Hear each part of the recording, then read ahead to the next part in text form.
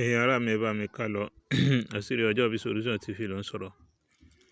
Mo fẹ́ sọ̀rọ̀ nípa ẹni tó bá ní ọ́sà, ọgbẹ́ inú, egbò inú. Ọ́sà ni à ń pè ní ọgbẹ́ inú, egbò inú. Ó lágbára púpọ̀ débi pé ó máa ń affect àwọn èèyàn. Nínú kára ó máa ta ẹlòmíì, kẹ́lòmíì kí gun ara máa gun ẹlòmíì. Alákọ̀ọ́kọ́ ẹ bá mi kọ́kọ́ share rẹ̀ sí èèyàn ogún. Ewé tí mo mú dání là ń pè ní ewé gbúre, ewé water leaf, ewé gbúre. Ó wà lẹ́kùlé ọ̀dọ̀ yín náà. Tẹ bá share tí fún dáadáa. Ewé gbúre là pe orúkọ rẹ̀. Water leaf ẹ ti ródòdó rẹ̀ lára rẹ̀. Ewé gbúre water leaf. Ẹ lọ bá mi já ewé gbúre yìí. Alákọ̀ọ́kọ́ nọ́mbà mi ò change 07003344958 07033449598.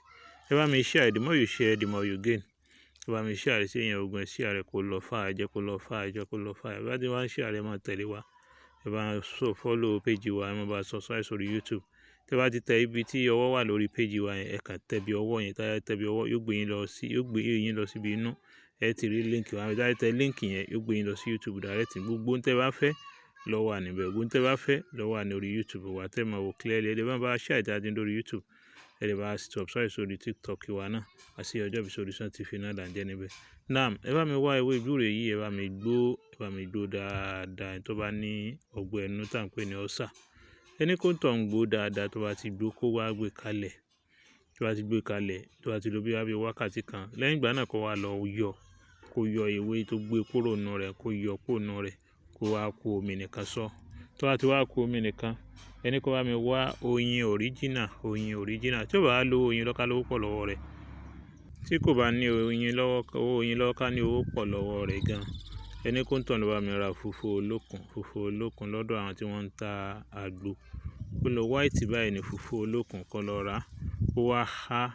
Tó bá yẹ pé ó dẹ̀ ní oyin nílé, kò mọ̀ báwo ni ó ṣe oyin lò. Kó kàn máa ra fún oyin sínú rẹ̀, báyìí ni ó ṣe ṣe.